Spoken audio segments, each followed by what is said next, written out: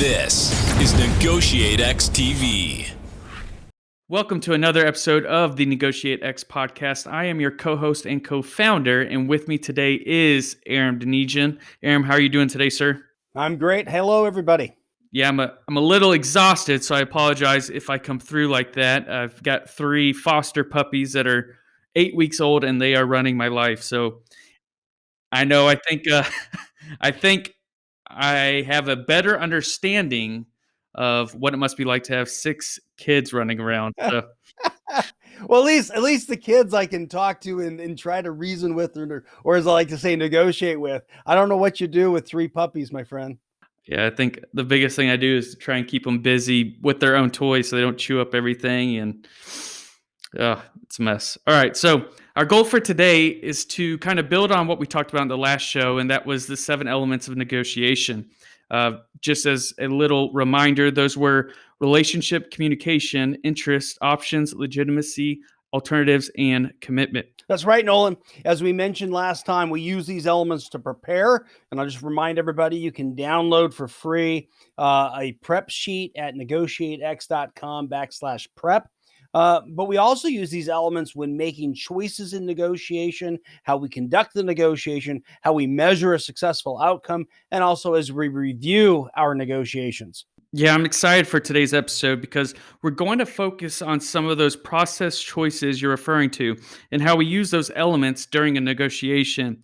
So, Aram, why is this important? Well, maybe our listeners might recall a couple episodes ago when we spent some time talking about the power of mindset and how our assumptions and our mindset drives the actions we take and how those actions ultimately lead to the results we get.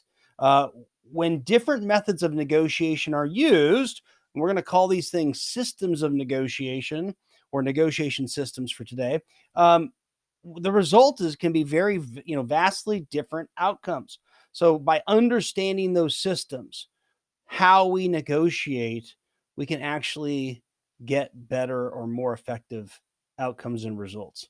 Yeah, and better results is one of the core tenets for Negotiate X, and that's something we strive to kind of help everybody with. So let me go and re-say that. Yeah, and better results leads to more value, which is one of the core tenets in Negotiate X. That through the podcast and negotiation principles we teach, that you are able to deliver true value to your organization, business, and life. Yeah, absolutely, Nolan. All right, so let's do it. Let's jump into it. What's a common negotiation system? I think last time you talked about how many people fixate on alternatives and commitments and so on. Yeah, a very common form of negotiation that people will be very familiar with is what's called positional bargaining. It only involves the 2 elements of commitments and alternatives. It's going to sound familiar. One party starts artificially high or maybe really high. The other party starts low. They go back and forth. Might sound like, well, for you, I could do this. I guess I could come down this far. They go back and forth. At some point, they might remind the other party gently, subtly, or maybe not so subtly, that they have alternatives or things that I can go do without you. This often sounds like a threat. They may actually walk out of the room, whether it's real or fake, and then they either come back perhaps and split the difference somewhere in between, or they actually don't reach an agreement and walk away. Yeah, so I think, some people would call this a win-win where both sides are giving up something to get to a, negotiated outcome. What do you think about that? Well, I call it that a lose-lose. And unfortunately, a lot of people who, when they start with this process, they think a win-win is about us both giving up something. But again, that's because they're kind of focused on positions and what I want versus interests, as we talked about in the last episode. And if I focus on interests, my underlying needs, fears, concerns, and motivations, well, maybe I can find a creative way for both of us to get our goals and objectives met rather than simply compromising between 2 positions. Yeah, so positional bargaining is kind of what you're talking about there. Is there when can you use it? It can't be bad all the time, is it? Yeah, in fact, as we talk about these systems of negotiation, I don't like to say bad or wrong. I just like to call them, more effective in certain circumstances. So, positional bargaining, yeah, it doesn't require a ton of preparation. It can be pretty, simple or useful in, simple, low stakes, transactional sort of arrangements. It's incredibly familiar, and so it doesn't take any explanation to the other party, because pretty much, anyone anywhere has played this game of haggling at some point in their life. In fact, I like to joke that it's the first negotiation we all had. So Nolan, let me ask you, what was your very first negotiation in life? Um, to borrow my dad's truck to take it out. No, earlier than that, before that. To stay out later with my friends. Even earlier in life, my friend. To like baby, like that young. Yeah, there you go. Now you're getting there. Food, crying because I'm hungry. That's it. That's it. And how did you let your parents know you wanted to be fed? I'd cry. Yep. And if that didn't work, then what would you do? I'd cry louder. Yeah, I bet you would pitch a fit. You know what? Some people never learn to negotiate differently than that. They make demands. When their demands don't get met, they use threats. They speak louder, and they send warnings that they need to get their positions met, or they're going to walk away. So, positional bargaining, or in the language of the seven elements that we introduced during episode 3, the use of alternatives and commitments to get what we want, has some significant limitations, right? It tends to reward deceptiveness, stubbornness, um, deceit. It often, it doesn't necessarily lead to real meaningful conversations. It can actually damage relationships. It clearly doesn't generate new out of the box solutions. And even when you get a solution, those solutions are often arbitrary. And one of my biggest concerns is that it doesn't necessarily satisfy our interests. So there's this possibility that by positionally bargaining, we're solving for the wrong problem. And I don't like doing that when I negotiate. Yeah. So in a negotiation, how many different ways can someone negotiate? Well, there's actually over 725,000 different ways to negotiate.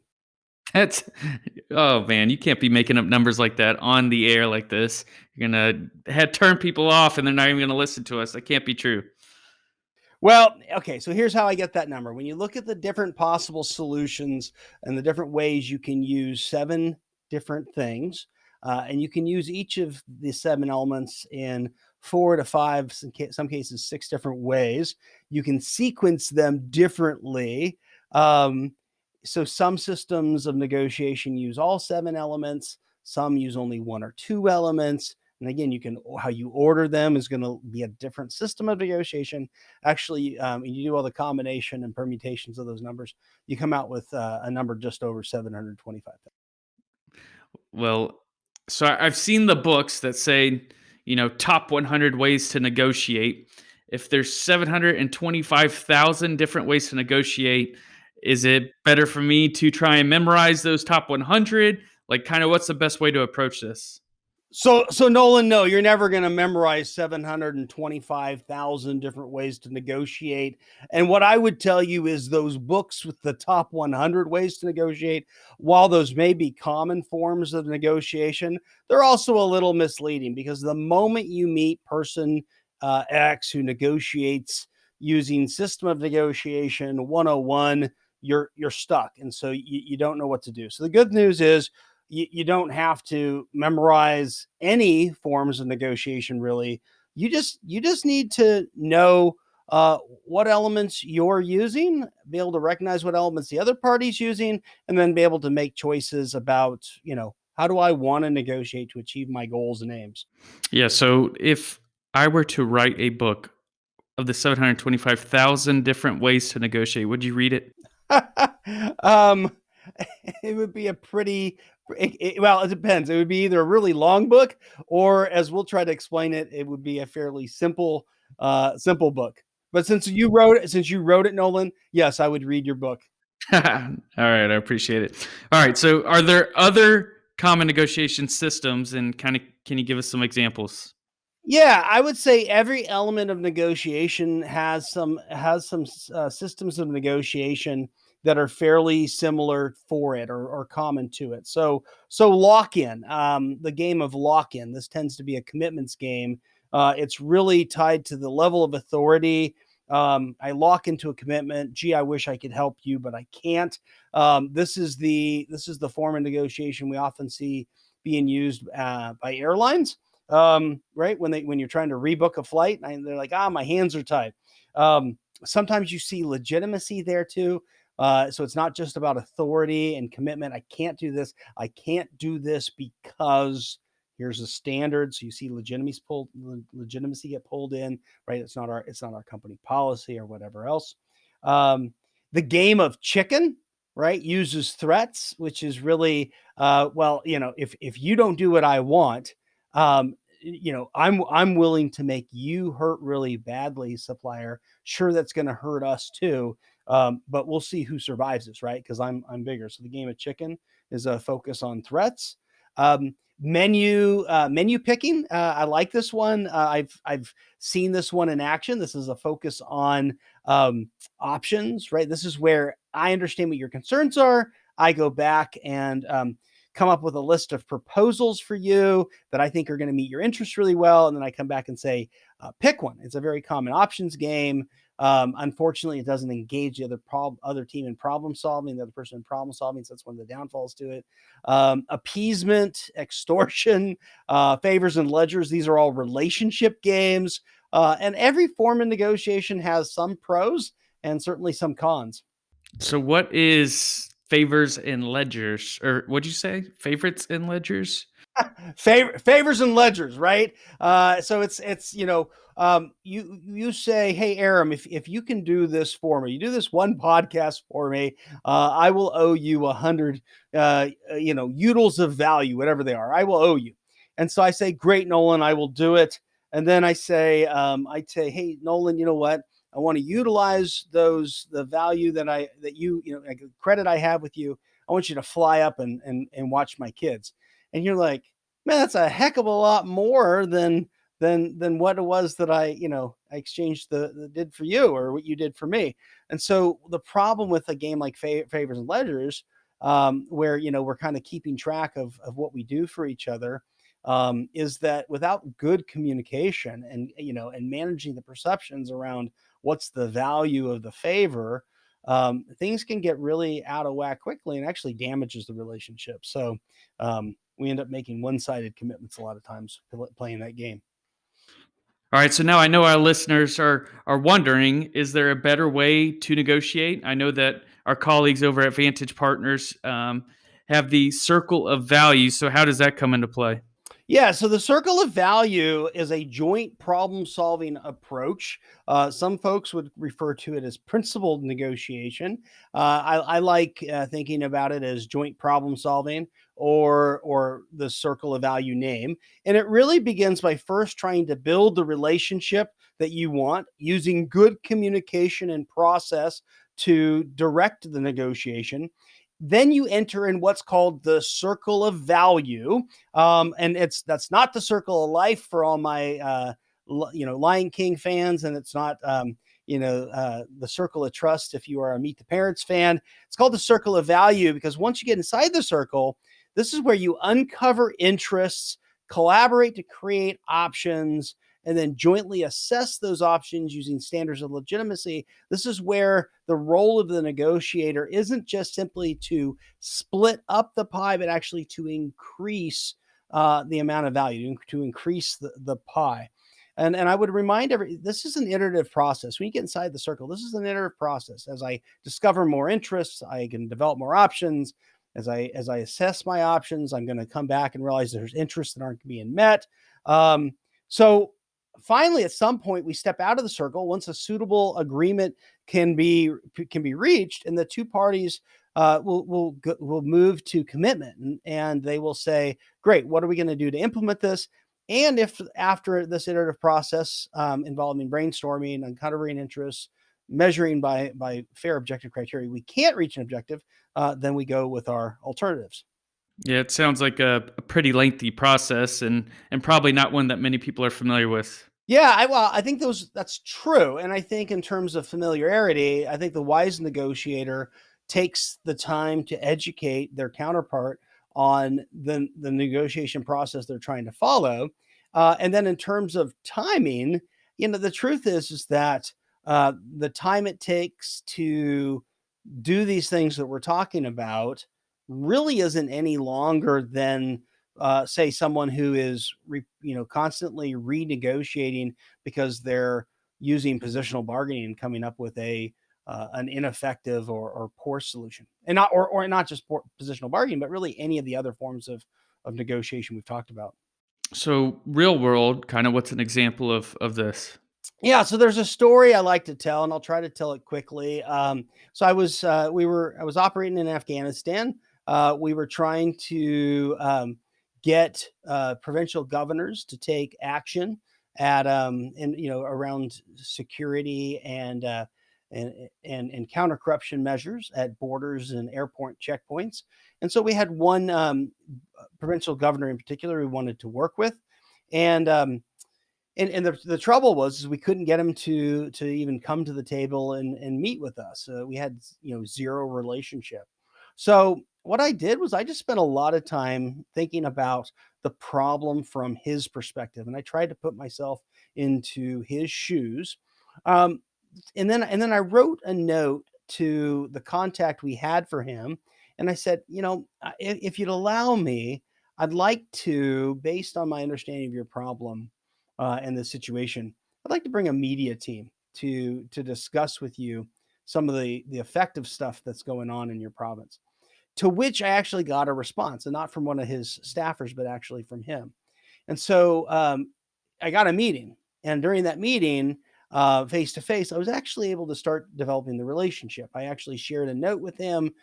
We conversed, and I was able to talk to him a little bit about just the fact that I cared how he saw things, and that I was taking the time to do that. He could trust me. And so a number of things there, working on relationship, working on communication, sharing that I was thinking about his concerns, getting creative with what we might do around joint inspections, low level prosecution of stuff of criminal behavior, and continued meetings and follow up, media coverage of effective things. Some had great precedent, some did not, but we were able to do an evaluation. We came up with a solid solution, something we were able to implement. And we went from having someone we could never get in contact with to someone who met with us routinely. And I then the punchline, like the rest of the story, as Paul Harvey used to say, was after I left Afghanistan and I'd been back home in the U.S. On Christmas Eve, after I'd been returned, I actually got a Christmas card from this provincial governor. And I like to tell folks, if I can practice this circle of value approach and totally change the nature of the relationship and how two parties interact with each other, and I can get a Christmas card from an Afghan governor. This stuff works, and you can put put this into practice with your very toughest supplier or vendor or client or whoever it might be.